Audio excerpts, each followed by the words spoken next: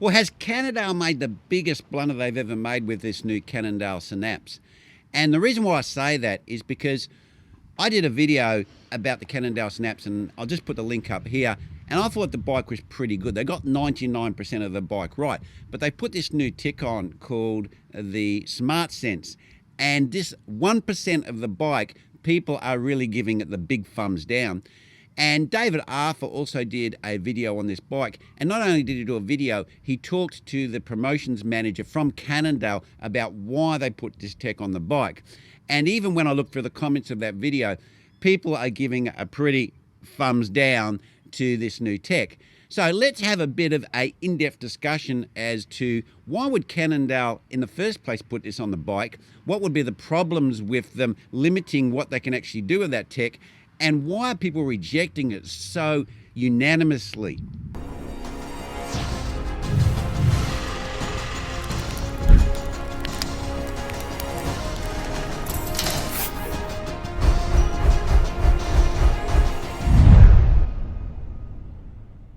When Cannondale would have investigated bicycle lights, they would have very quickly realised that when you go around the world, there's significant different standards relating to bicycle lights. And some of them are quite stringent, especially in Germany. They have very specific standards which relate to the headlight. And it's like your xenon headlights that you have, which have that blue glow. They have a dipping mechanism in them.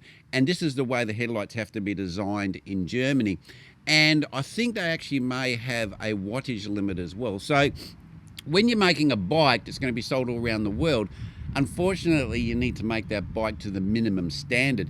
And this is why it would have been very difficult to integrate, like Cannondale have, lighting systems onto your bike, because you need to make the light fit the lowest or minimum standard, or should I say the most stringent standard, because you want to sell into that country and you want to sell into all the other countries. So that one country drives what you design the bike to.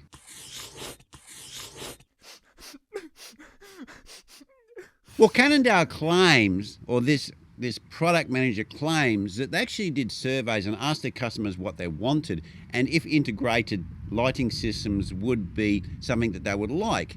And reducing the amount of things that they charge will be something that they would buy if that was on a bike. And they're claiming that they got feedback that they do. Now, I think the problem is they may have asked the wrong question, because if they'd asked me that question, I would have said yeah, because I must admit I'm a bit sick of taking all the lights off my bike, charging them, putting them all back on, and I've still got to charge my pedals up, and I don't even have electronic grip set. So I'm getting a bit kind of narked every day charging up all my stuff. So if I had to charge my electronic grip set as well, then that'd probably get up my nose even a bit more. And sometimes you need to actually take the bike to the power source, because you can't take the batteries off that component that you're using. So you have to take this stuff on and off the bike, or move the bike next to the power source.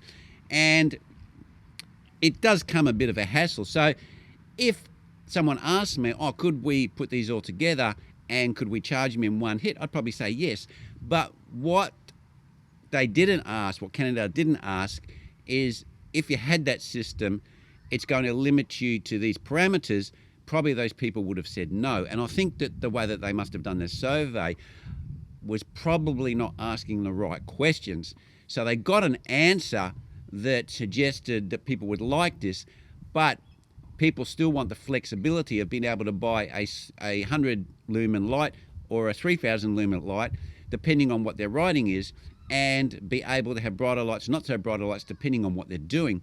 And this is the flexibility that you can get when you just buy your lights separately for your bike. And you can even buy lights that are illegal from China, like I have, and they probably don't conform to the standards in your country, but they give you better vision when you're riding, because they're a lot brighter at night, and also you can have them on flashing in the daytime, and they're really, really bright. Like the lights I have on my bike are 2000 to 3000 lumens, so when they're flashing in the daylight, very, very easy to see.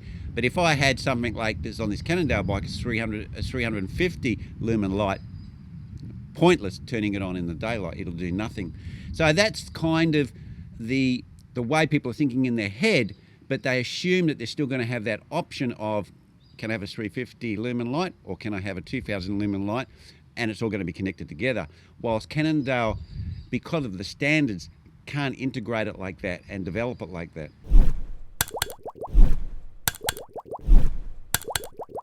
Well, unfortunately, Cannondale have made a bike here that is really, really practical if you forget about this smart sense system. And it comes out, and to me, I would see this as a road/gravel bike, because this whole gravel bike talk really is confusing road cycling, because it's a bike that you can put quite big tyres on. So I would call it an all-road bike. So I don't know if you want to call gravel bikes all-road bikes, but if you can get tyres on that are getting close to 40 millimetre, I would say that these are an all-road bike. So, you know, you'd go down like a little path and you go down a dirt track, or you're on some gravel road, then you're on a normal road. So it's kind of like, it's not a mountain bike and it's not got suspension, but it's a bike that can get you most places where the roads are not in perfect condition or they're actually gravel. And I think what Cannondale tried to do here is make a kind of complete bike that you just jump on and ride. But because of the price bracket they're in, it's more an enthusiast market, and people who are enthusiastic about their cycling are very particular about what components they put on their bike. And some components can be pretty polarizing. Like if you look at something like the Garmin radar, which they've put on this bike, I really like it. I use it a lot and I think it's a great product. But some people go, what a load of rubbish. What's wrong with just turning your head? And that's their opinion. That's the way they ride. So they would see no value in buying or having that component on the bike because they just don't want it, or they're not interested in using it. Well, in conclusion, Cannondale have produced a phenomenal bike when we have a lot of silly designs coming out on the market at the moment. I mean, okay, it's got disc brakes, and we all know that I'm not really a disc brake fan, but this is not really a race bike. This is, as I've said, is like an all-road. Maybe we don't want to call it a gravel bike, but it's a bike that is an endurance bike, and you want to be able to ride it on pretty poor roads, and it gives you a bit more of a comfort ride. So I think on a bike like that is supposed to be closer to a utility bike, disc brakes are really a pretty good option, because when you get dirt and muck and rain and all of that stuff on your rims, disc brakes do perform better. So I don't really see that as a negative with this bike. And everything else on the bike, they've done really well. The bike itself, the way they've designed it, they've put a normal headset on it with exposed cables, so it makes it much more easy to work on. They've put a normal seat post on the bike, so you can choose any seat post you like, and those thinner seat posts actually do give you more compliance.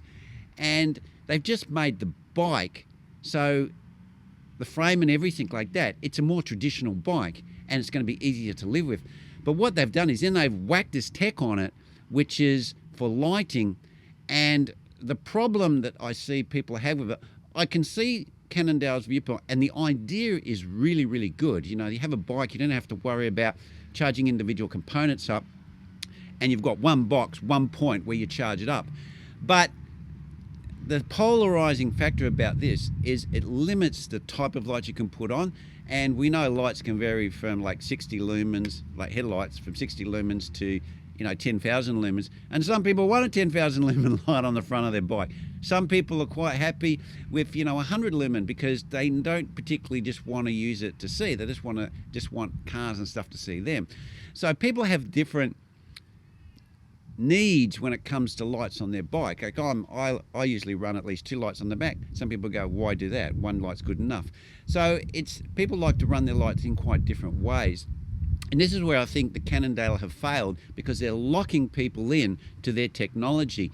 And as we know, Garmin and even Shimano and a lot of these brands, you have your bike, 3, 4, 5 years, and they don't support the tech anymore. So what's going to happen with this box that Cannondale are making when we get to 3 or 4 years old and I'm still riding my Cannondale Synapse, and then it starts blinking funny, or I get some water in it or something doesn't work, I go to order another one from Cannondale and goes, not available anymore. And there's a new box that's slightly bigger or smaller, or has different connectors, and then I can't get it. So this is what people are worried about. And people have good reason to, because the bicycle industry does get rid of tech very, very quickly. And also the variation of what you want to ride on your bike is very, very limited because, as I've explained before, Cannondale have had to follow standards that relate to separate countries. So how could they have got around this? I'm not too sure. I had a bit of a think about it because maybe I thought, hey, they could offer some sort of carry or compartment where you can put a battery, and they could have just made the mounts for the lights so the mounts are integrated into the frame so the lights fit on nicely. But the problem is with that is that almost every single light you buy has a different way of mounting on the bike. It's almost like infinite. Some people use lucky bands, some people have screws, some people have mounts like the Garmin's do, and then they have something that fits around your post, and then if it's even an aero post you have to use a different mount, and some of the boxes you get 3, 4, 5 mounts in the box. So even going down that path is really complex. It's very hard to make a system where you integrate lights and it's going to give people the flexibility to be able to put a multitude of different lights on your bike.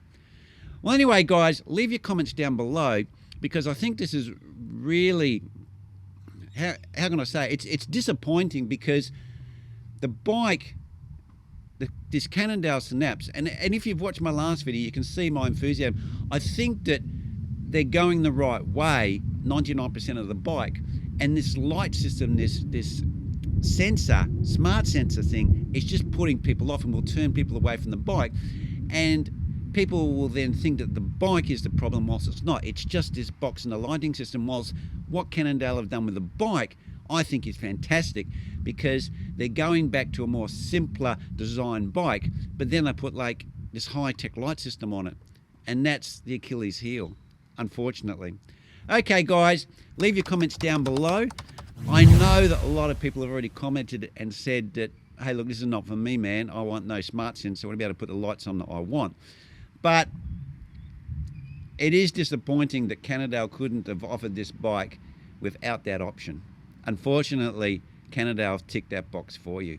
Well anyway guys, that's where I'm going to leave it, and I'll see you next vid. Cheers.